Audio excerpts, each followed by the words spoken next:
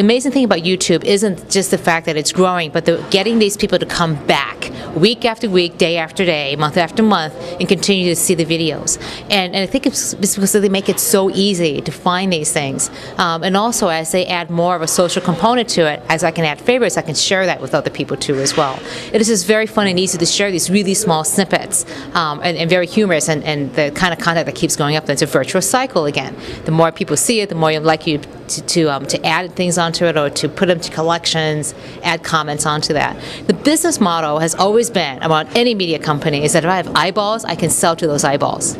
So it is going to be an advertising model. So I'm not quite worried. I'm not so worried about what the business model for YouTube is going to be.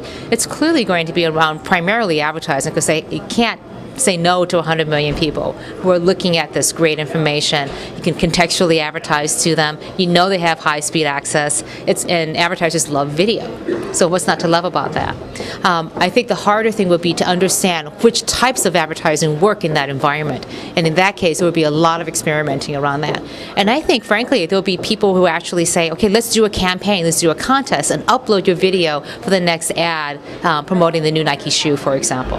And that'll just be something viral that people would just kick off. You can't ask for better advertisements for Mentos and Diet Coke than what you're seeing today with all those extreme Diet Coke and Mentos videos that are going up there.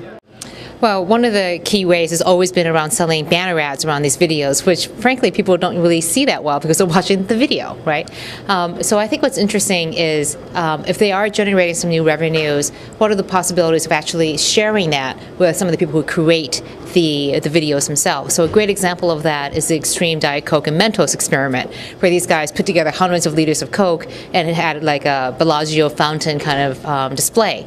So they signed a deal with Rever where they actually are sharing some of the advertising revenues back to them. And so I think that's a great idea, especially for some of these videos that do strike a rich, so to speak, and generate a significant audience, that if they're going to create that and put the expense into creating good video, they should be able to share in the advertising revenues that come back to them.